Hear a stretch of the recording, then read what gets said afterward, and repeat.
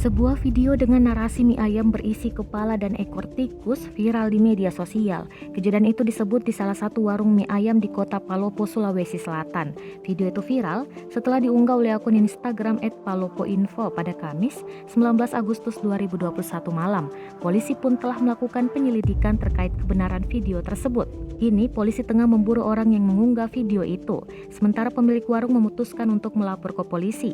Dalam postingan itu disebutkan ada dua orang membeli mie ayam di salah satu warung. Dua pelanggan itu disebut menemukan ekor dan kepala tikus dalam mie ayam yang mereka beli.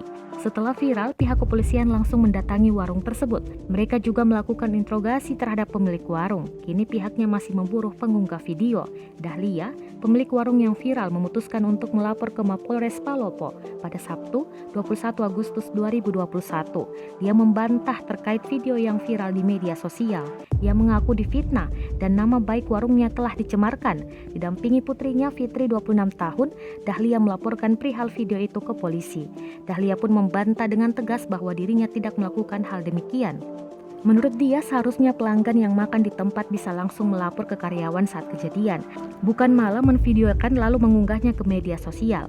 Pasca warungnya viral, kata Dahlia, pembeli yang datang menurun drastis.